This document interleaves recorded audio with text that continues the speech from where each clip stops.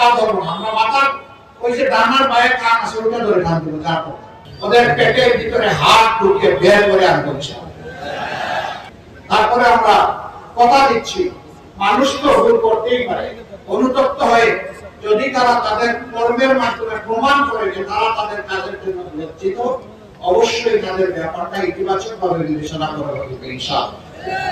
এই দেশ চালাতে হবে, এই মানুষগুলো এই দেশের মানুষ, কোথায় ফেলবো? সাগরে? এদেরকে সাগরে রাখতে পারবো না। আর এত মানুষকে জায়গা দেওয়ার মতো যে বাংলাদেশে নাই।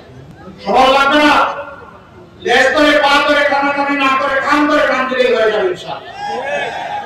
আমরা লেজার পা ধরবো না, আমরা মাথার ওই যে ডানার পায়ে কান আছে ওটা ধরে টান দেবো, তারপর যাতে একজনের শাস্তি থেকে হাজার জন শুদ্ধ হয়ে যায়, পরিশুদ্ধ হয়ে যায়। এই কক্সবাজার এটা এখন পর্যন্ত কেন হংকং হতে পারলো না? কেন এটা সাংহাই করতে পারলো না? কেন এটা সিঙ্গাপুর হতে পারলো না? পারলো না, অসৎ দুর্নীতিবাজ লোকেরা ব্যাংক ডাকাতদের ধরে না। ওরা জনগণ নিয়ে চিন্তা করে না। দারুণ দলদলে নিজেই পড়ে আছে বাংলাদেশে, সব 14 গোষ্ঠী পাঠায় দিচ্ছে। এরাই আমাদের দেশকে লুটে পুটে শেষ করে দিয়েছে। আমরা কথা দিচ্ছি, দেশ থেকে যে 28 লক্ষ কোটি টাকা বিদেশে পাচার করা হয়েছে, ওদের পেটের ভিতরে হাত ঢুকে বের করে আনবো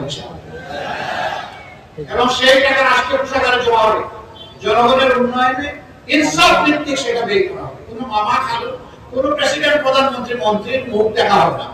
যার যেটা বাংলা তার কাছে সেটা পৌঁছে দেওয়া হবে ইনশাআল্লাহ।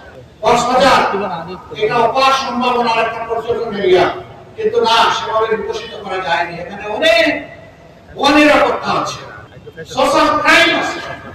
কেন এটাকে ক্লিন জোন করা গেল না? ওই দুষ্কর্মের কারণেই করা যায়। মতলববাজ যারা জনগণের অনুমতি বিক্রি করে ফেরি করেছে, খেয়েছে, ওরাই আমাদের এটাকে আগাতে দেয়। আমরা সেই শিক্ষা ব্যবস্থা গড়ে তুলতে চাই, যে শিক্ষা মানুষকে মানুষ বানাবে, আবার একই সাথে দেশ গড়ার কারিগর হবে। আমরা কোনো একাডেমিক জাস্ট থিওরিটিক্যাল এডুকেশনে বিশ্বাস নেই। আমরা মোরাল এবং প্রফেশনাল এডুকেশন আমাদের সন্তানদের হাতে তুলে দেবো ইনশাআল্লাহ। কোনো গরিবের সন্তান এই শিক্ষা থেকে বাদ পড়বে না, ওই শিশুর দায়িত্ব সরকারের। কারণ আমরা রাজার ছেলে রাজা হোক, এই রাজনীতি আমরা দিতে চাই। যার যোগ্যতা আছে সেই এই দেশে সেবক, ওইটাই আমরা দেখতে চাই। আমরা আল্লাহর কাছে দোয়া করি, আমার একজন রিক্সা চালক শ্রমিক ভাইয়ের মেধাবী সন্তান আগামীতে বিকশিত হয়ে সে যেন বাংলাদেশের প্রধানমন্ত্রী।